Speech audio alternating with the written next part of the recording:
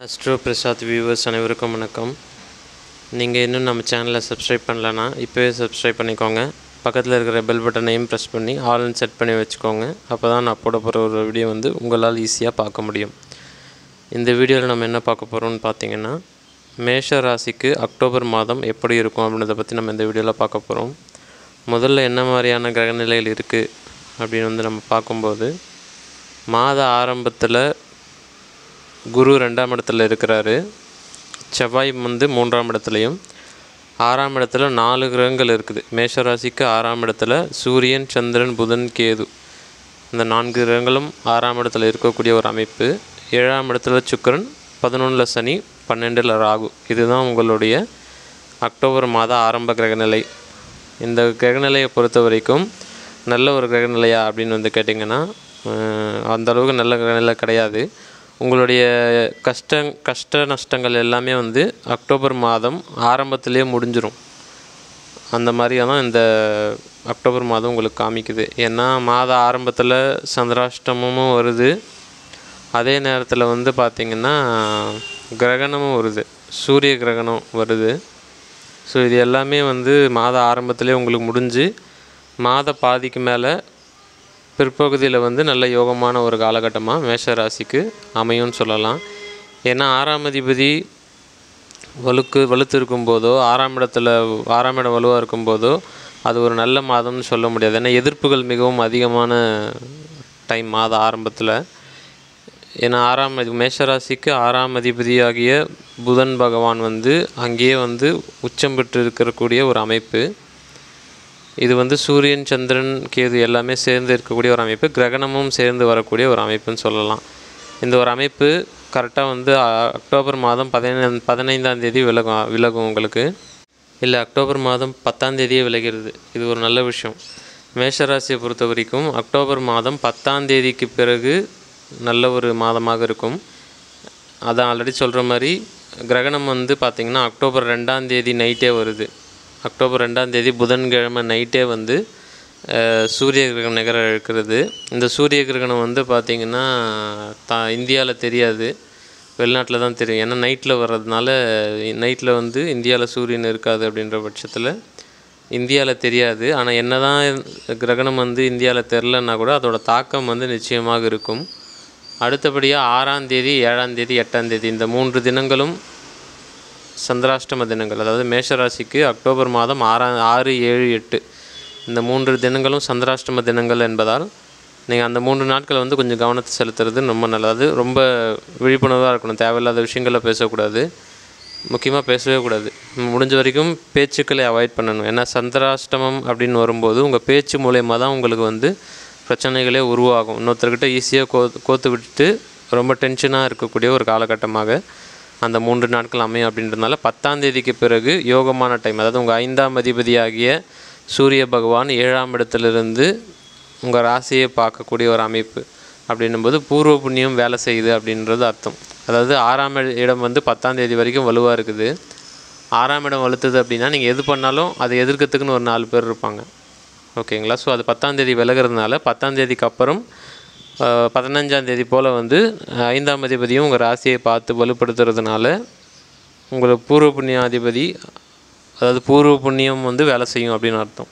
நீங்கள் செய்த புண்ணியங்கள் எல்லாமே 10ஆம் தேதிக்கு மேலே வேலை செய்ய ஆரம்பித்து உங்களுக்கு ஒரு மனோரதங்கள் பூர்த்தியாகும். நீங்கள் என்ன பண்ணணும்னு நினைக்கிறீங்களோ அது சக்ஸஸ்ஃபுல்லாக அமையும். அதே மாதிரி 8ஆம் அதிபதியும் பார்த்திங்கன்னா வலுவிழந்து காணப்படுகிறார்.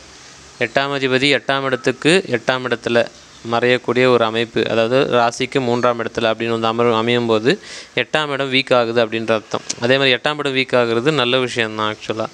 ஏன்னா எதிர்ப்புகள் குறையும். 6, 8ஆம் இடம் எப்போவுமே வலுக்கக்கூடாது. ஒரு மாதம் எடுத்துக்கிட்டிங்க அப்படின்னா 6ஆம் இடமும் 8ஆம் இடமும் வலுவாகாத மாதமே உங்களுக்கு நல்ல மாதம் அப்படின்னு சொல்லப்படும்.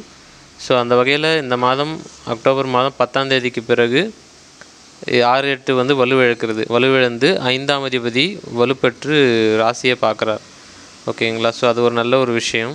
அதே மாதிரி ஒரு சுபகிரகம் சுக்கிரன் உங்கள் ராசியை பார்க்குறதும் மிகப்பெரிய இன்னல்கள்லேருந்து வெளியே வருவீங்க அப்படின்றது குறிக்குது. அதாவது உங்கள் சிந்தனை தெளிவாக இருக்கும். சுக்கிரன் 7ஆம் அதிபதி, சுக்கிரன் 7ஆம் இடத்துலேருந்து உங்கள் ராசியை பார்த்து வலுப்படுத்துறதுனால உங்களுக்கு மனப்பிரச்சனைகள் எதுவும் இருக்காது. பணப்பிரச்சனைகள்லேருந்து வெளில வருவீங்க. அதே மாதிரி ஊருக்குள்ளே மதிப்பு மரியாதை மிக்க ஒரு காலகட்டமாக அது வந்து அமையும். அதே மாதிரி சொந்த பந்தங்களோடு சிரித்து பேசி ஒரு கௌரவமாக இருக்கக்கூடிய ஒரு சூழ்நிலை வந்து உருவாகும். அதே மாதிரி திருமணம் ஆகாத மேஷ ராசிக்காரர்களுக்கு திருமணம் அமையக்கூடிய ஒரு நல்ல மாதம்னு சொல்லலாம். ஏன்னா சுக்கிரன் வந்து ராசியை பார்க்கறதுனாலையும் 7ஆம் இடத்தை சுக்கிரன் கிராஸ் பண்ணுறதுனாலையும் திருமணம் நிறைய பேருக்கு வந்து பார்த்திங்கன்னா அக்டோபர் மாதமே திருமணம் ஃபிக்ஸ் ஆகிடும், இல்லை ஆல்ரெடி ஃபிக்ஸ் ஆகி நடக்கிற சூழ்நிலையில் இருக்கும்.